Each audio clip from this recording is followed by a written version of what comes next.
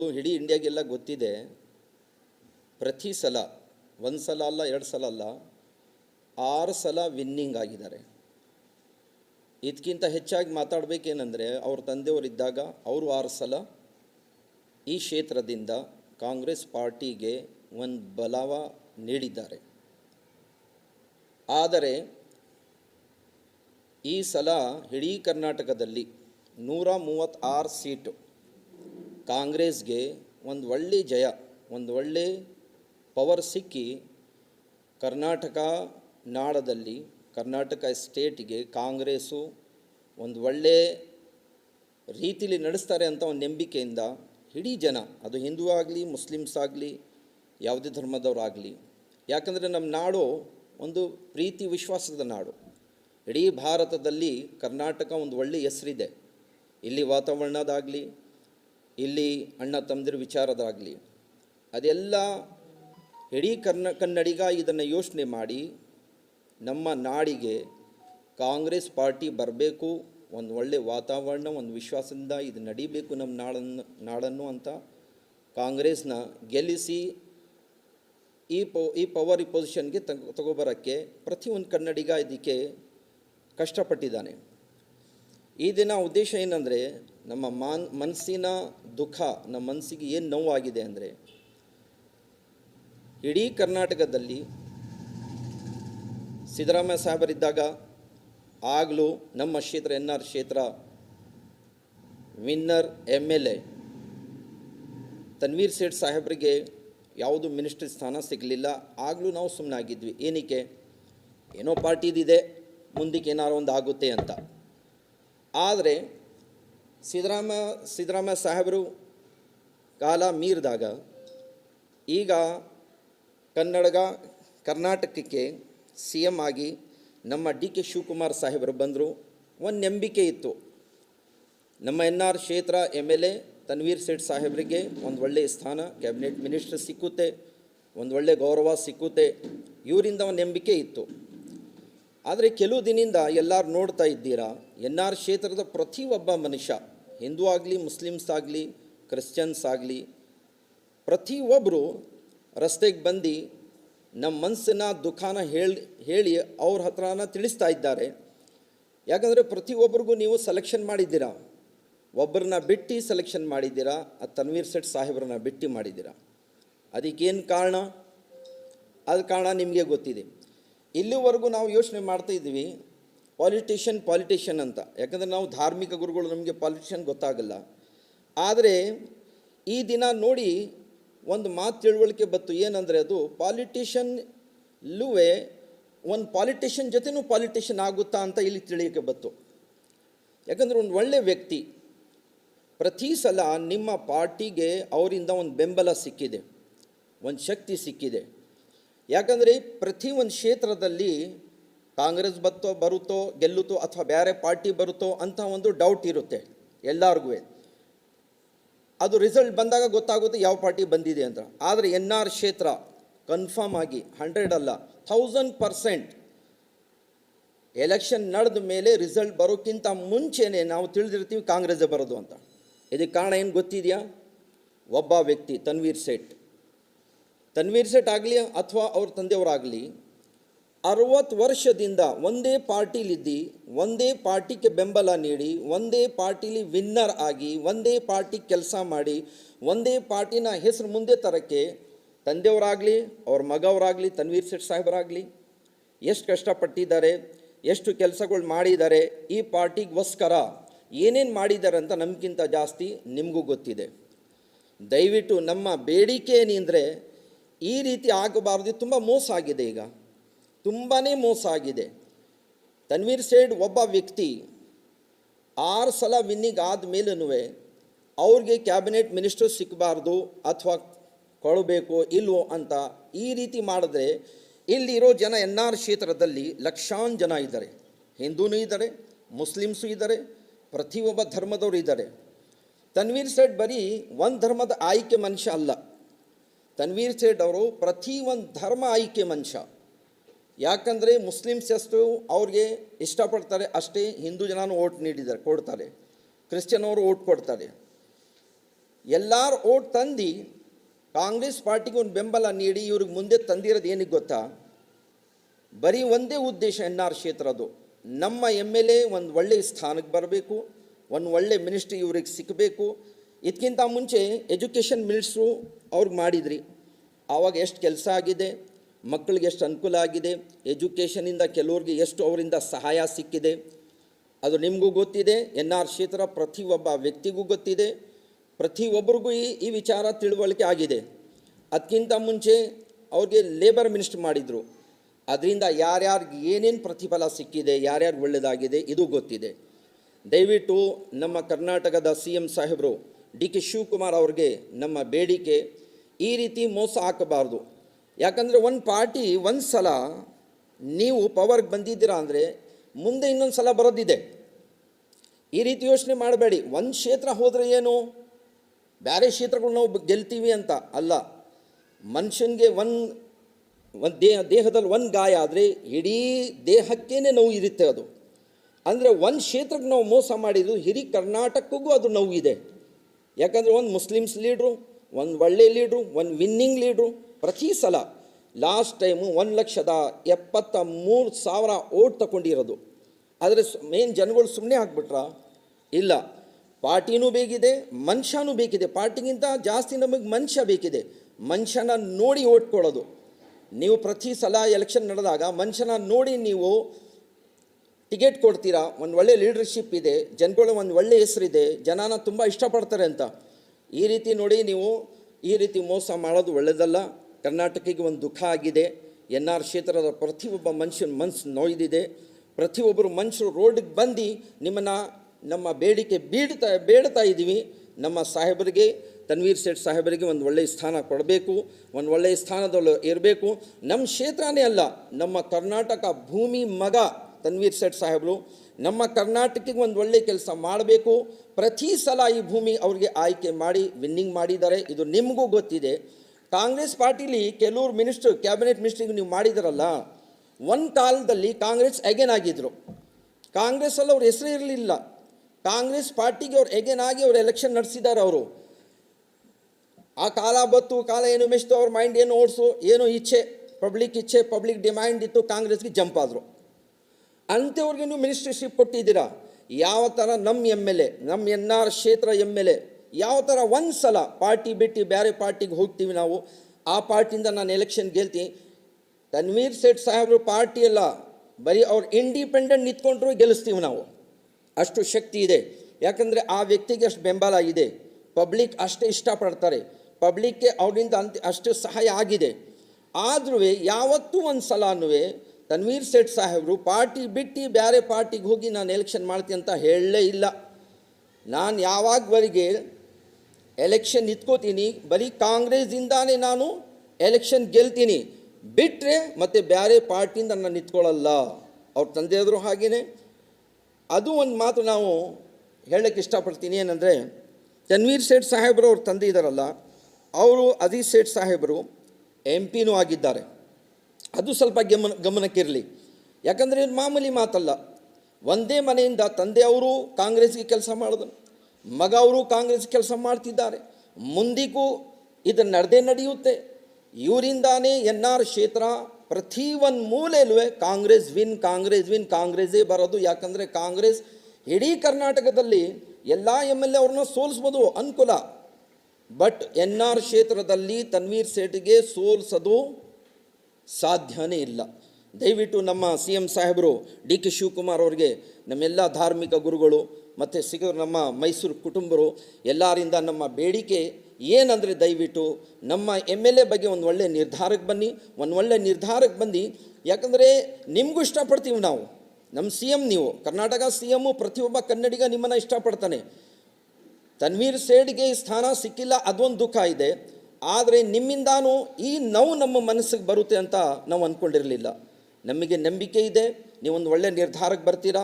ನೀವೊಂದು ಒಳ್ಳೆ ನಿರ್ಧಾರಕ್ಕೆ ಬಂದು ನಮ್ಮ MLAಗೆ ಒಂದು ಒಳ್ಳೆ ಸ್ಥಾನ ಸಿಕ್ಕುತ್ತೆ ಅಂತೆ ಇನ್ಶಾಅಲ್ಲಾಹ್ ತಬಾರಕ ವ ತಾಲ. ನಾವು ನಿಮ್ಮ ಹತ್ರ ನಮ್ಮನ್ನು ಬೇಡಿಕೆ ನೀಡ್ತಾ ಇದ್ದೀವಿ. ದಯವಿಟ್ಟು ಇದ್ರ ಬಗ್ಗೆ ನೀವು ಗಮನ ಕೊಡ್ತೀರಾ ಅಂತ ನಮಗಿದೆ. ಅಸ್ಸಲಾಮು ಅಲೈಕುಮ್ ರಹಮತುಲ್ಲಾಹಿ ಬರ್ಕಾತು. ಹಾಂ ಖಂಡಿತ ಸರ್, ಖಂಡಿತ. ಪಬ್ಲಿಕ್ದು ಅದು ಯಾಕಂದರೆ ಪಬ್ಲಿಕ್ ಆಯ್ಕೆ ಮಾಡಿದಾರಲ್ಲ ಸರ್ ಅವ್ರಿಗೆ. MLA ಪೊಸಿಷನ್ ಪವರ್ ಬಗ್ಗೆ ಬಂದರೆ ಪ್ರತಿಯೊಂದು ಪಾರ್ಟಿಗೆ ಪಬ್ಲಿಕ್ಕೇ ಸರ್ ಒಂದು ಬೆಂಬಲ, ನಾವು ನೀವೆಲ್ಲನೇ. ಮುಂದಕ್ಕೆ ಯೋಚನೆ ಮಾಡ್ತೀವಿ, ತಕ್ಷಣ ಅದನ್ನು ಉತ್ತರ ಕೊಡೋಕ್ಕಾಗಲ್ಲ. ಮುಂದಕ್ಕೆ ಏನಾಗುತ್ತೆ ಅದು ಯೋಚನೆ ಮಾಡೋಣ. ಯಾಕಂದರೆ 2 ವರ್ಷ ಕಾಲಕ್ಕಿಂತ ಜಾಸ್ತಿ ಸಮಯ ಮೀರಿದೆ, ಉಳಿದಿರೋದು 2 ವರ್ಷ ಉಳ್ಕೊಂಡಿದೆ. ಇದ್ರ ಮಧ್ಯದಲ್ಲಿ ಬೇರೆ ವಿಚಾರಗಳು ನಾವು ಡಿಸೈಡ್ ಮಾಡೋಕ್ಕಾಗಲ್ಲ. ಮುಂದಕ್ಕೆ ಏನಾಗುತ್ತೆ ನೋಡೋಣ, ಮುಂದಕ್ಕೆ ಗೊತ್ತಾಗುತ್ತೆ ಸರ್ ಅಲ್ವಾ. ಯಾಕಂದರೆ ಪಾಪ್ಯುಲೇಷನ್ ಪಬ್ಲಿಕ್ ಏನು ಬೇಕಾದರೂ ಮಾಡುತ್ತೆ ಸರ್. ನಮ್ಮ ಭಾರತದಲ್ಲಿ ಇವಾಗ ಏನೇನು ನಡೀತಾ ಇದೆ ಎಲ್ಲ ಪ್ರತಿಯೊಂದು ಭಾರತೀಯನಿಗೆ ಗೊತ್ತಿದೆ, ನಿಮಗೂ ಗೊತ್ತಿದೆ, ನಮಗೂ ಗೊತ್ತಿದೆ. ಮುಂದಕ್ಕೆ ಯಾವ ಪಾರ್ಟಿ ಬರುತ್ತೆ ಅದು ಯಾರಿಗೂ ಗೊತ್ತಿಲ್ಲ. ಯಾಕಂದರೆ ಭಾರತಕ್ಕೋಸ್ಕರ ನಾವಿರೋದು, ಭಾರತಕ್ಕೋಸ್ಕರ ನಾವು ಬದುಕ್ತಾ ಇರೋದು. ನಮ್ಮ ಭಾರತ ಒಂದು ಒಳ್ಳೆ ಪೊಸಿಷನ್ನಲ್ಲಿ ಇರಬೇಕು. ಇವತ್ತು ನಮ್ಮ ಭಾರತ ಎಲ್ಲಿದೆ ಅಂತೂ ಗೊತ್ತಿದೆ. ಇದೇ ರೀತಿ ನಮ್ಮ ಕರ್ನಾಟಕ, ನಮ್ಮ ಸ್ಟೇಟ್, ನಮ್ಮ ಕನ್ನಡ ನಾಡಿದೆಯಲ್ಲ ಒಂದು ಒಳ್ಳೆಯ ಸ್ಥಾನಲ್ಲಿ ಇರಬೇಕು. ಇಲ್ಲಿ ಶಾಂತಿ ವಾತಾವರಣ ಇರಬೇಕು ಅನ್ನೋದು ಒಂದು ಆಯ್ಕೆ ಮಾಡಿ ಕಾಂಗ್ರೆಸ್ಗೆ ಈ ಸಲ ನಾವು ನೀವೆಲ್ಲ ತಂದಿರೋದು.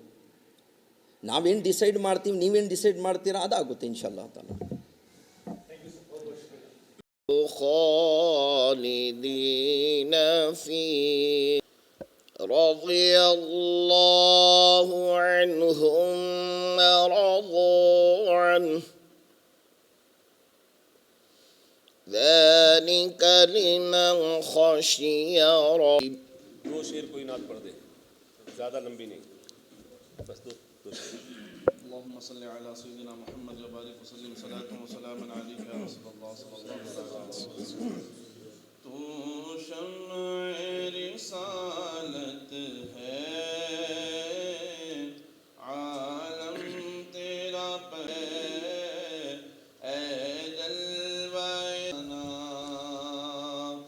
جو ساقی کوثر کے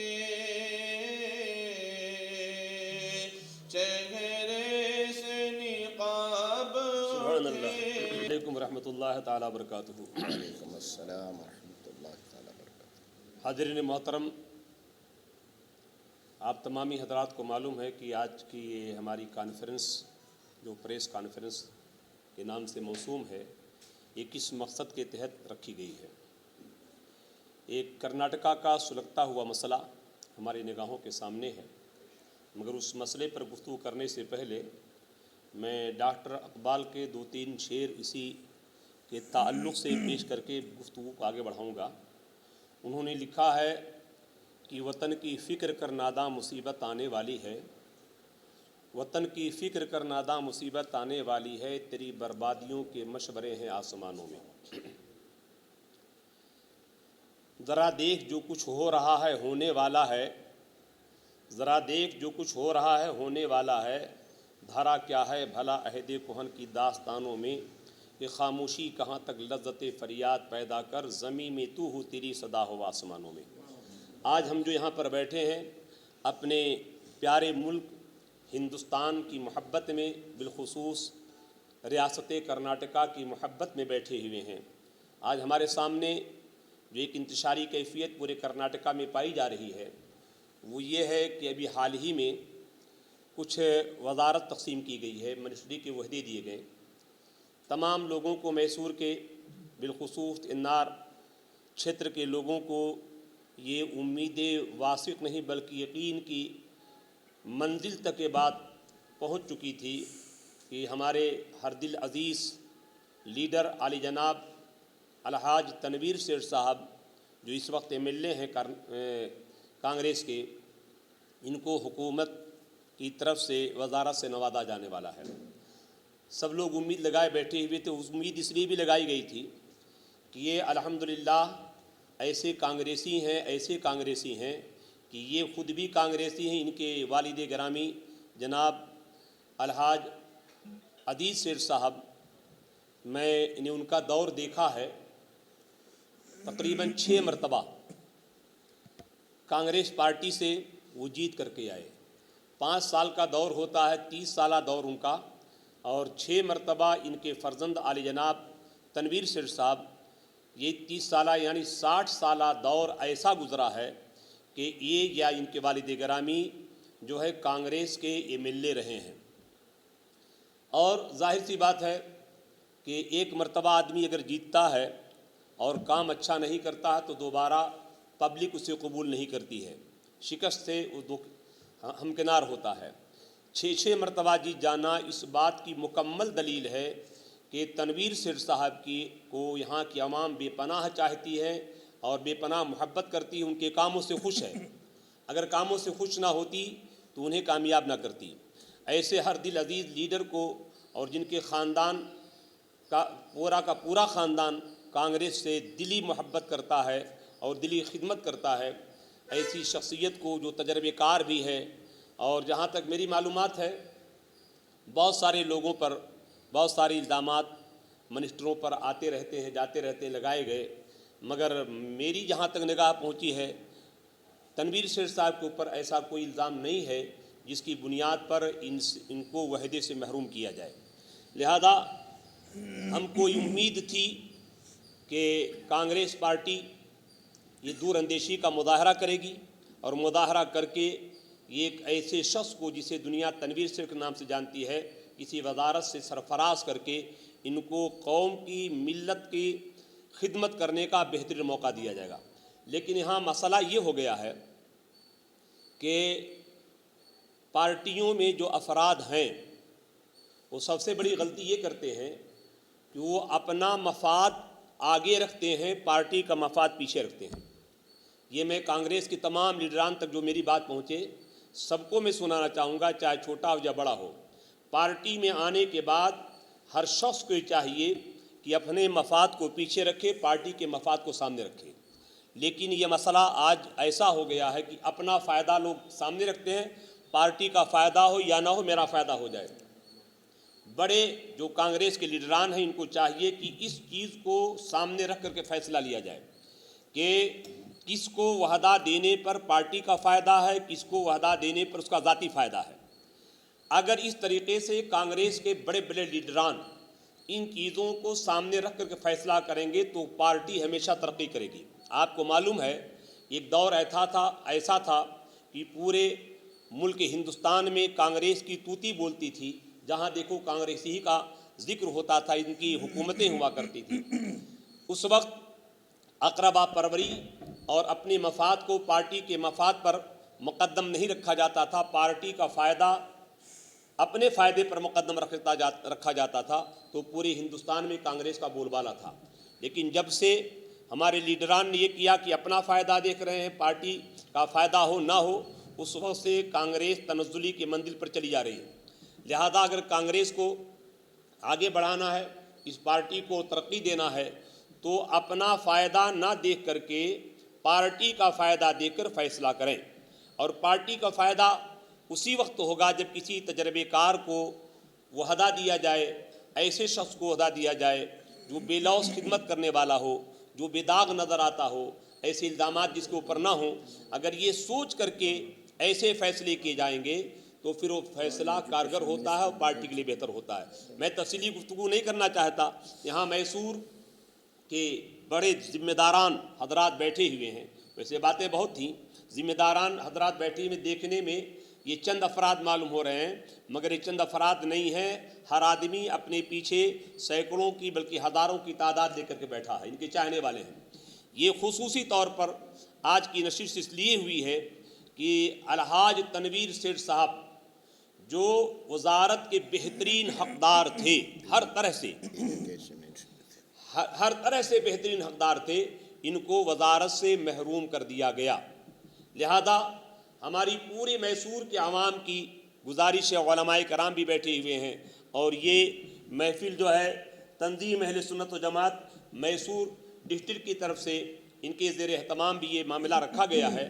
ہمارا سب کا یہ دلی مطالبہ ہے، چاہے دلی میں بیٹھنے والے کانگریس کے لیڈران ہوں یا بنگلور میں بیٹھنے والے کانگریس لیڈران ہوں، جتنے بھی بڑے بڑے لیڈران ہیں، بالخصوص عزت مآب ڈی کے شیو کمار صاحب چیف منسٹر حکومت کرناٹکا، اور جناب عزت مآب سدھارمیہ صاحب اور دوسرے جو لوگ بھی ہیں، ان تمام سے ہم لوگ پرزور مطالبہ کرتے ہیں کہ الحاج تنویر سیٹھ صاحب کو کسی نہ کسی وزارت سے سرفراز کیا جائے، عہدہ دیا جائے۔ یہ صرف ہماری آواز نہیں ہے بلکہ پورے میسور کے ان کے چاہنے والوں کی آواز ہے۔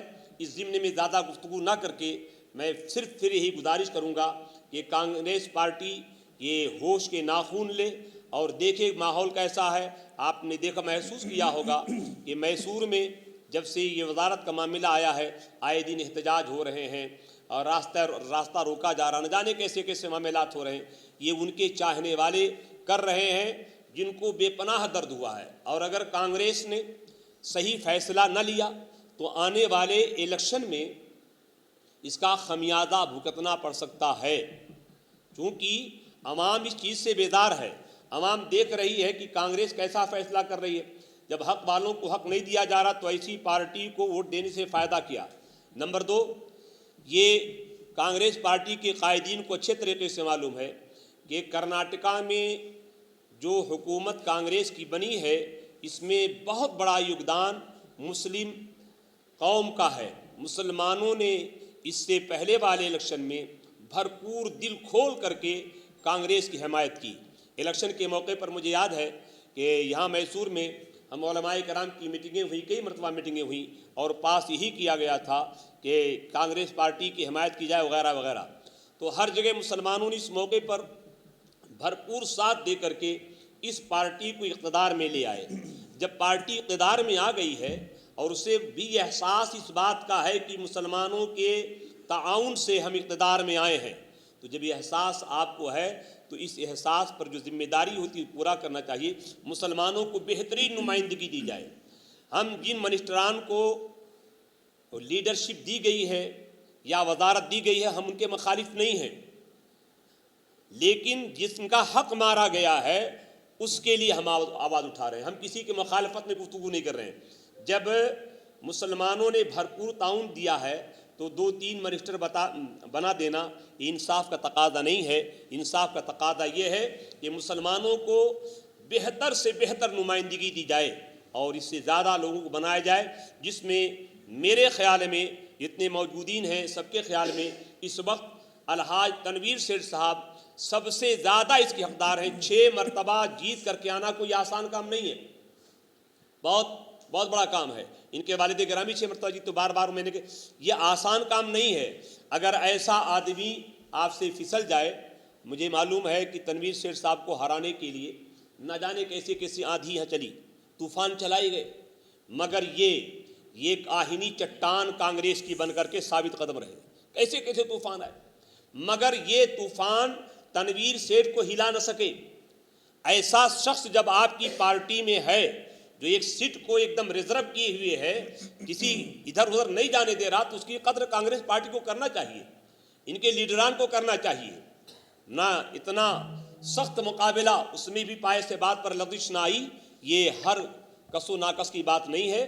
لہذا میں گزارش کروں گا تمام کانگریس کے بڑے بڑے لیڈران سے کہ اس بات کو مد نظر رکھیں اور ہمارا اہل میسور کا یہ پرزور مطالبہ ہے کہ اپنے فیصلے پر نظر ثانی کیا جائے اور الحاج تنویر سیٹھ صاحب کی خدمات کے سلسلے میں، ان کی بے باک شخصیت کے سلسلے میں وزارت سے موصوف کیا جائے۔ اس سے پہلے آزمایا بھی گیا ہے، ایک مرتبہ مختصر سی وزارت دی گئی تھی تو انہوں نے کام کیا، بہتر کام کیا۔ جب پارٹی میں کام کرنے والا ہوگا تو آئندہ الیکشن میں اس کا بہتر سے بہتر فائدہ ہوگا، اور اگر ایسے لوگوں کو وزارت دے دی گئی کام نہ ہوا تو آئندہ الیکشن میں بڑا نقصان ہوگا۔ اس لیے تمام لوگوں سے مجھے گزارش ہے، التماس ہے کہ ہوش کے ناخون لے کر کے اپنے فیصلے پر نظر ثانی کریں اور الحاج تنویر سیٹھ صاحب کو وزارت سے سرفراز کریں۔ السلام علیکم۔ السلام علیکم رحمۃ اللہ تعالی وبرکاتہ۔ الحمد للہ رب العالمین والصلاة والسلام علی سید الاشرف الانبیاء والمرسلین وعلی آلہ وصحبہ اجمعین۔ دلوں میں آگ، لبوں پر گلاب رکھتے ہیں، سب اپنے چہروں پر دوہرا نقاب رکھتے ہیں۔ ہمیں چراغ سمجھ کر بجھا نہ پاؤ گے، ہم اپنے ہی گھر میں کئی آفتاب رکھتے ہیں۔ ಈ ದಿನ ಮೈಸೂರು ಮುಸ್ಲಿಮ್ಸ್ ಹಿರಿಯ ಮುಖಂಡರು ಮತ್ತು ಎಲ್ಲ ಧಾರ್ಮಿಕ ಗುರುಗಳು, ಕೆಲವರು ಈ ಸಭೆ ನಡೆಸಬೇಕಂದ್ರೆ ಉದ್ದೇಶ ಏನಂದರೆ, ನಮ್ಮ ಕರ್ನಾಟಕದಲ್ಲಿ ನಮ್ಮ NR ಕ್ಷೇತ್ರ ಲೀಡರ್, ಅದು ಇಡೀ ಇಂಡಿಯಾಗೆಲ್ಲ ಗೊತ್ತಿದೆ, ಪ್ರತಿ ಸಲ ಒಂದು ಸಲ ಅಲ್ಲ, 2 ಸಲ ಅಲ್ಲ, 6 ಸಲ ವಿನ್ನಿಂಗ್ ಆಗಿದ್ದಾರೆ. ಇದಕ್ಕಿಂತ ಹೆಚ್ಚಾಗಿ ಮಾತಾಡಬೇಕೇನೆಂದರೆ, ಅವ್ರ ತಂದೆಯವರಿದ್ದಾಗ ಅವರು 6 ಸಲ ಈ ಕ್ಷೇತ್ರದಿಂದ ಕಾಂಗ್ರೆಸ್ ಪಾರ್ಟಿಗೆ ಒಂದು ಬಲವ ನೀಡಿದ್ದಾರೆ. ಆದರೆ